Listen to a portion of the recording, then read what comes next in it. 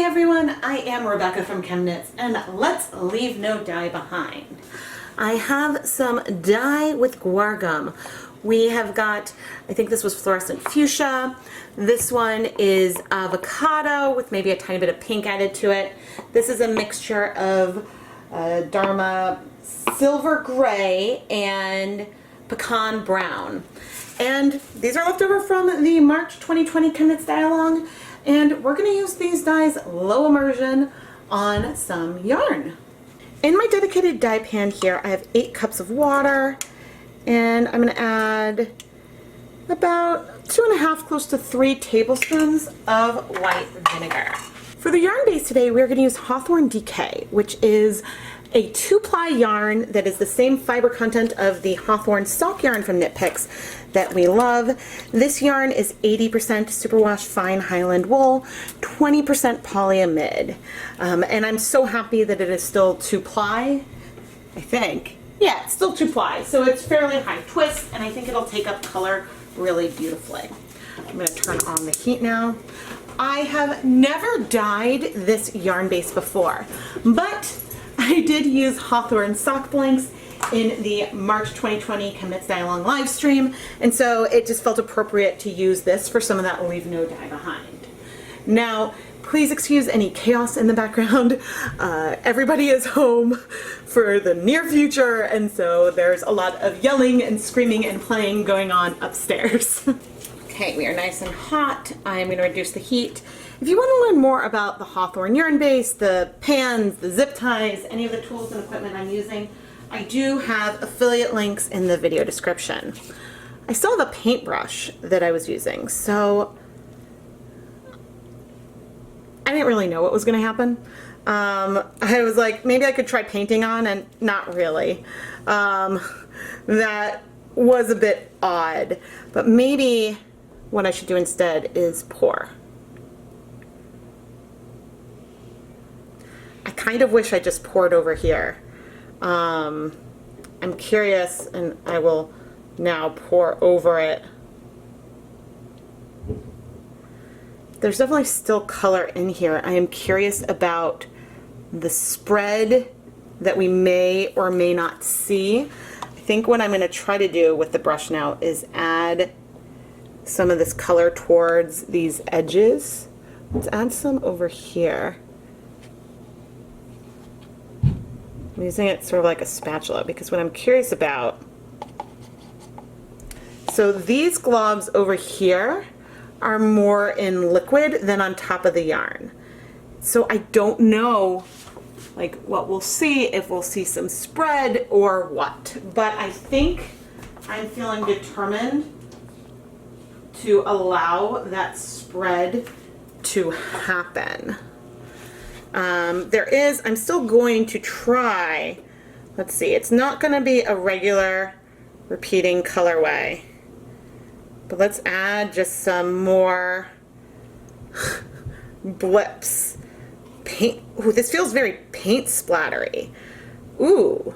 Okay, I see, I mean, that had the spread because I tried something different. I do see some spread over there, but I now know what I want to do. I want to create something that actually feels like paint splatter. Okay, I'm coming in, and so rather than doing a big pour, I'm doing the same kind of thing. This is with that brown color, and yeah, I'm just curious what it's going to be like. I do think that, like, you know, there's some spots where maybe we'll do bigger puddles. I don't know how much my hands are blocking things.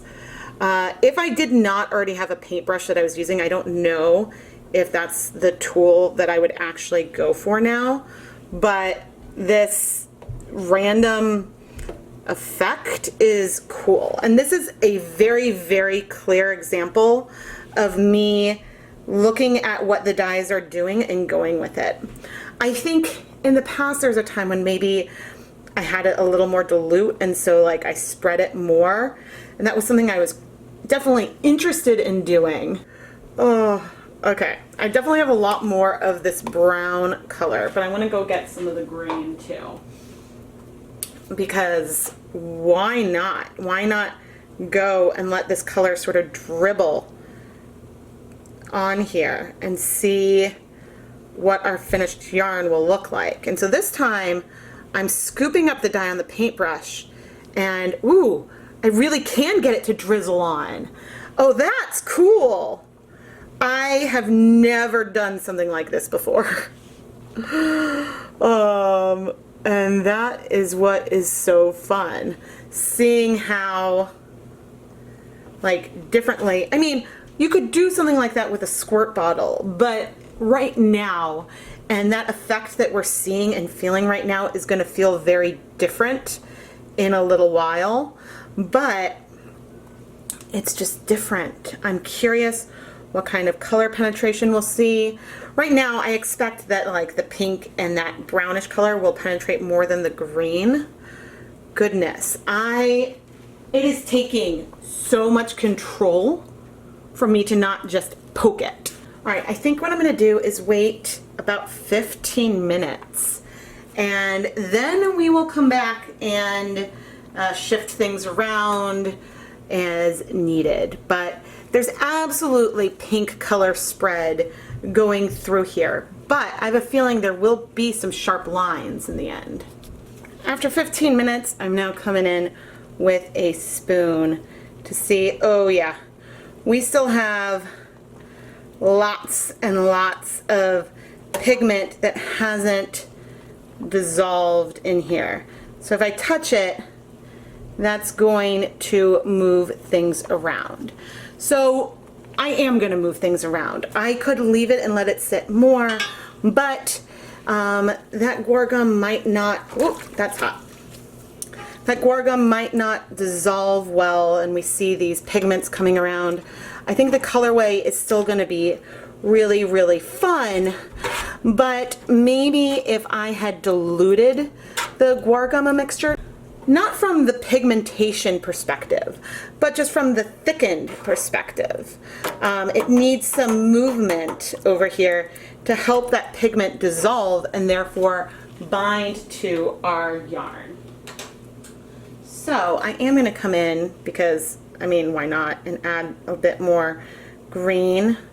But I think that having those bigger clumps also caused a problem. Maybe if I had gone through and done more of the Jackson Pollocky type stuff, just to add some of that color around, maybe that would have been a bit more successful in terms of having it bind and staying sharp.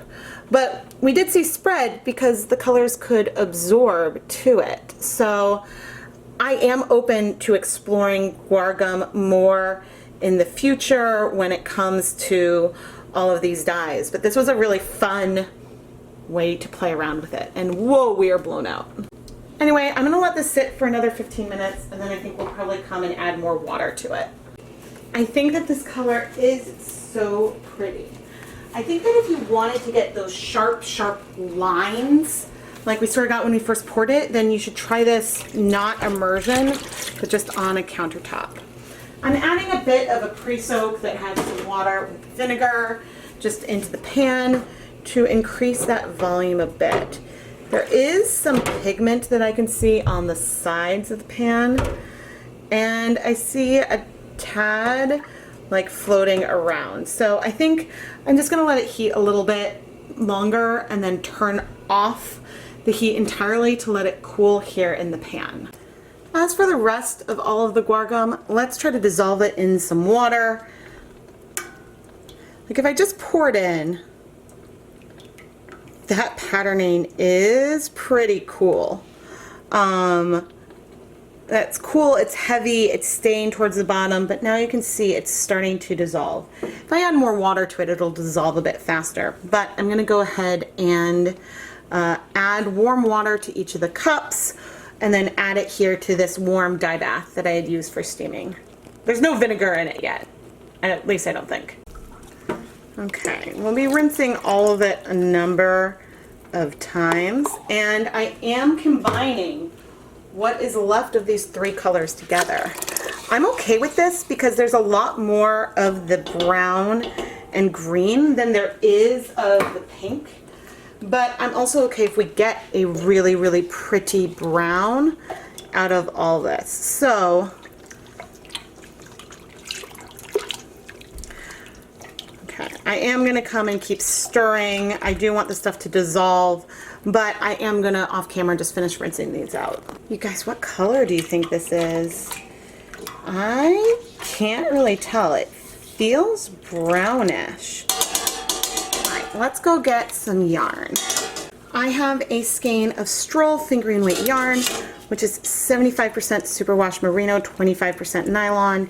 It has not been pre-soaked. Ooh, that's a nice, like, warm brown. There might be some speckling on here. There could be some breaking. I am attempting to completely submerge this in here. As I said, ooh, it looks like a bunch of color has struck. I'm totally fine with a tonal yarn. I do want, you know, to give the color an opportunity to bind to different places on the yarn.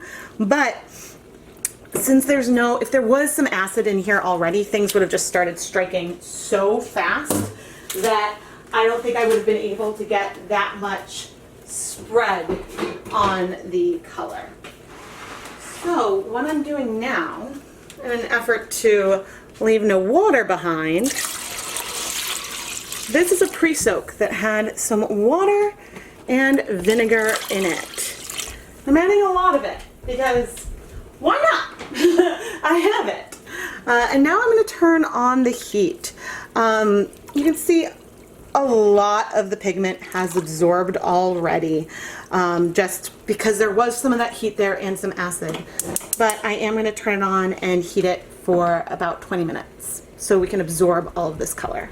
As for our low immersion, or flow immersion, what am I saying? As for this immersion friend, here's up the rest of the color. It's basically absorbed all the pigment and we haven't even approached a simmer yet.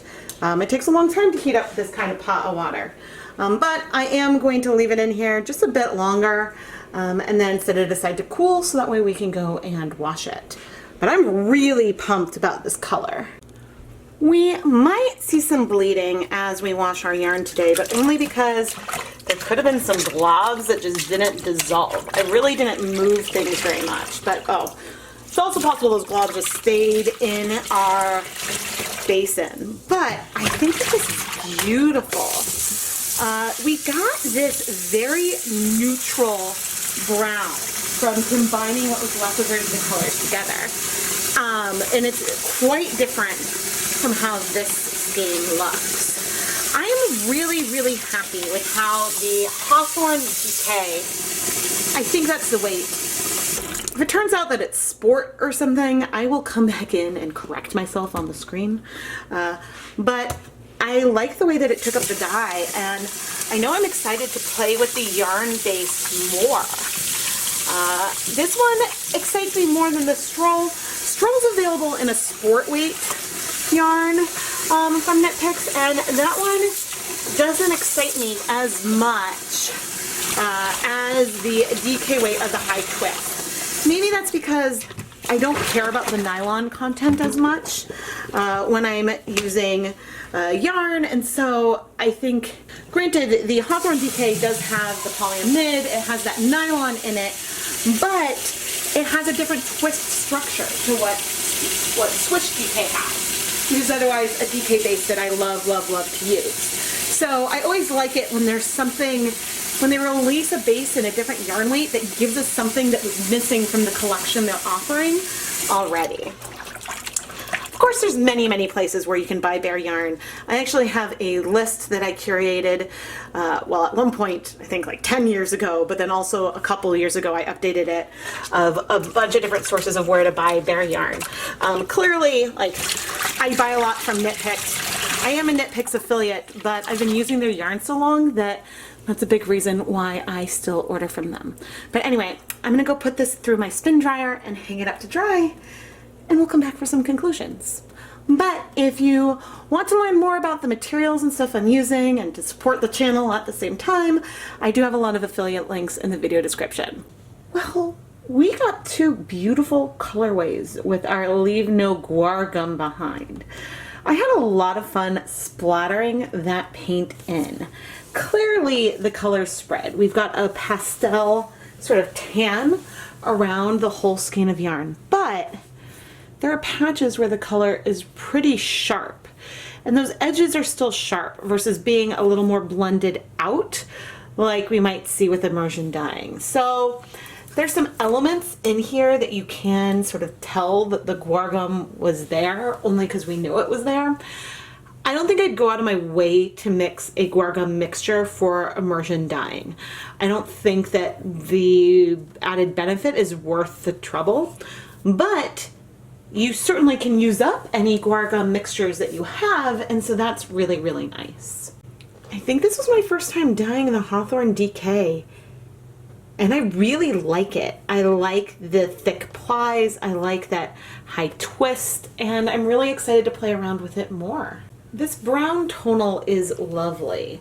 What's fun about it is that the color, or like the depth of shade, is fairly consistent, but there's this mixture of the hues. We've got a warmer toned yellow brown in there, like in some of these sections, and then a sort of cooler, more purpley brown in others.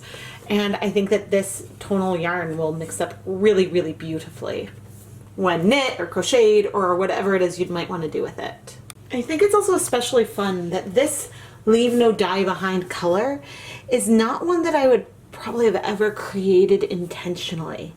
And I really, really, really like it. If this was the same yarn base as our more variegated colorway, the two of them go so nicely together. I am Rebecca from ChemKnits, and this is a friendly reminder that you never have to leave any dye behind. Well, okay, I guess never say never. There might be some circumstances where you can't, but even mixed with a thickener, you can still use it and play around with other techniques. Now, I mentioned this, I think, in the live stream and maybe the recap. I stored dye stocks for a long time in liquid form, and those hold up really well. Guar gum doesn't hold up quite as well and starts to ferment sooner than like a dye might otherwise do. And so in the past I'd saved some to use at a later date, and the smell was so bad that I did not reuse it. So I recommend, if you have some dye mixed with guar gum left over, I would use it faster versus trying to save it for weeks and using it later. That's just my own personal recommendation. If you enjoyed this video, subscribe and turn on notifications so you don't miss anything new. I publish videos every Tuesday and Friday morning at 8:30 a.m. Eastern Time, and we do live streams and unboxings and other stuff along the way that you really don't want to miss. One of my favorite things to do is to do a live unboxing, because I like that opportunity to just sit and chat with all of you and share things that might be going on as we look and I give first impressions with new yarn. If you love the yarn that I dye and want to bring some home, go and check out the ChemKnits Creations Etsy shop. The shop is filled with hundreds of skeins that I've dyed in my videos, and each listing even has the video title and the date that it was published, so that way you can go back and watch exactly how I created the yarn. There might be a handful of skeins that weren't dyed in a video directly, but I also make note of that in the video description as well. So that way you guys know if you can watch the exact skein on screen or something really, really similar that maybe I replicated off camera. I just love the like glazed feeling we get from some of these high twist yarns. I'm really, really, really excited. I am Rebecca from ChemKnits, and thank you so much for watching.